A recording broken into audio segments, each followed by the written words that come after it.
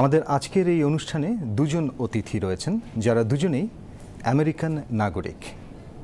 বাংলাদেশে 1971 সালে যখন মুক্তিযুদ্ধ চলছিল সে সময় বাংলাদেশে যুদ্ধ করছিলেন বাংলাদেশের মুক্তি সেনা, বাংলাদেশের সেনাবাহিনী, পুলিশ এবং জনগণ।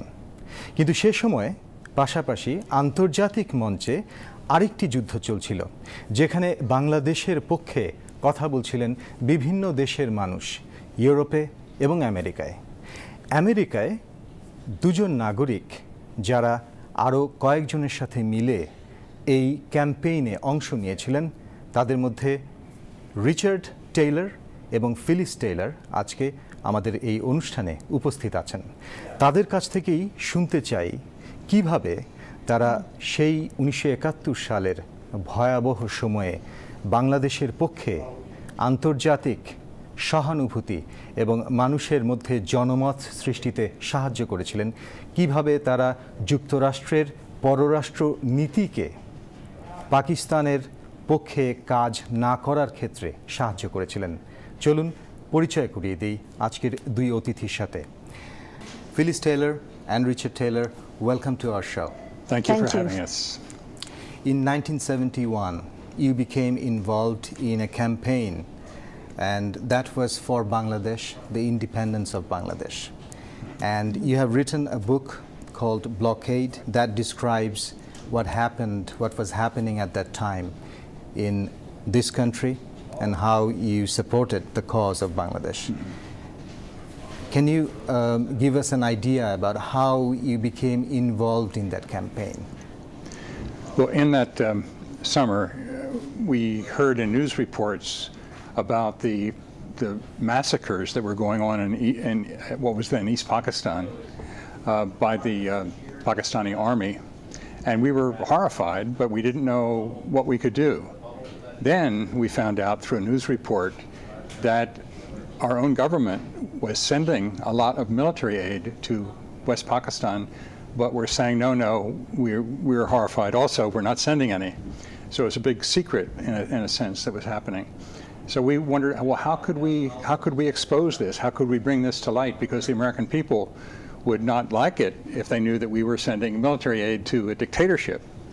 And we were having a meeting one afternoon, and a member of the meeting said, well, these ships are coming into our harbors. We ought to mine the harbor. We ought to blow them up, you know. And another fellow who had worked very closely with Martin Luther King, as I had, said, yes, we should mine the harbor. You're exactly right, but we ought to mine them with our own bodies. We ought to find little canoes and kayaks and small boats and sail out in front of these freighters. And we know we won't be able to actually prevent them from docking, but it will be such a dramatic story that the news media will cover it, and that will reveal to the American people what our government is doing, and they will put pressure on the government to change the policy, which is what happened. Wonderful. Phyllis, you were there at some stage as well. I was. For me, and I think for many people, the horror of what we began to see in the paper, a picture of a man carrying his wife who had died, just carrying her, stuck in our hearts and our souls. And we felt we have to find ways to address this, not only through the blockades of the ships, but other ways that regular people with their children could act in support of the people of what is now Bangladesh, so that the injustices, the harm, the suffering that we were beginning to see would stop. We did not want to be silent, because if we're silent, then evil can exist. And we were seeing that manifested in what was happening in East Pakistan, or now Bangladesh. How many people were involved in this campaign, and how did you organize yourselves? I think one of the wonderful things about the campaign, it was only about 40 people at the maximum. And what we did when we found that a boat called the Padma was coming into Baltimore Harbor, which is just south of Philadelphia where we lived, we said, let's get the canoes. So we got the small boats, we put them on top of our cars, we drove down to Baltimore, and then we watched out for the ship. And when the ship came, we launched and we went out and tried to block it. Obviously, you had a plan. Yeah. So you had experience in this kind of campaign, right? Well, in many ways, no. That it was spontaneous. We love to canoe or small boats.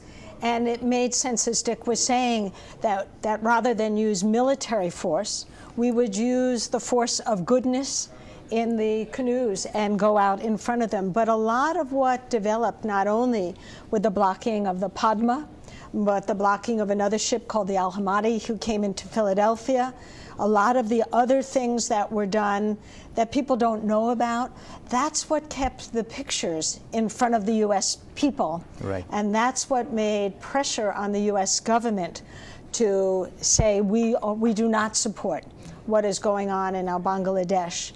So were you successful in the blockade? Those ammunitions were not uploaded?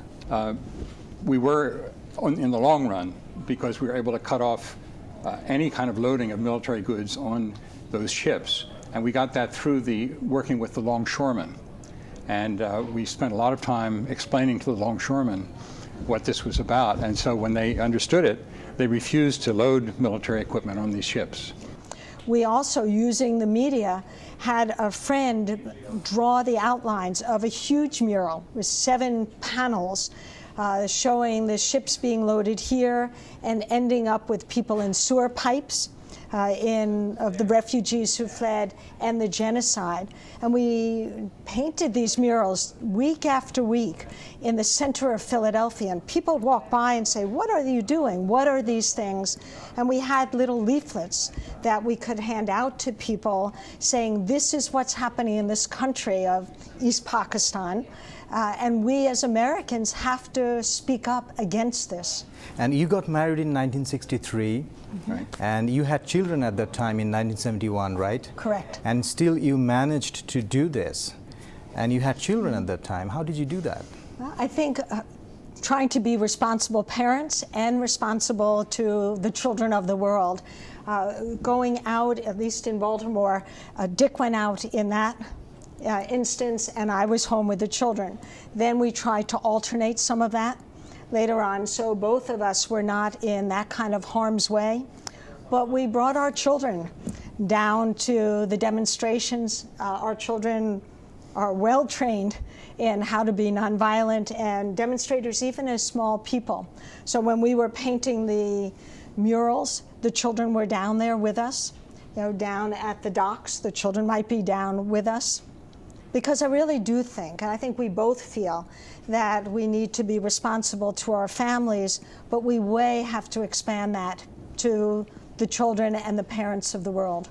We can't just focus on ourselves and let the horror of what was happening, 3 million people killed in the genocide there, 9 million made refugees. That's not acceptable. How do we stay in the safety of our home and turn our eyes away from the suffering of the world? We were not willing to do that. So we've always thought about not just our own family, but the human family and our Right. responsibility there. And I think a lot of that comes from several sources. One is Mahatma Gandhi. I know I read his autobiography when I was in college and was very moved. I think became committed to nonviolence at that time. Also, I worked with Martin Luther King for a couple of years and was very moved by his commitment to nonviolence. So both of those philosophies say that you have to confront oppression when it happens, but do it with goodwill toward the oppressors. The other things, I think, is our religious traditions. I'm Christian, Phyllis is Jewish. We have many Muslim friends.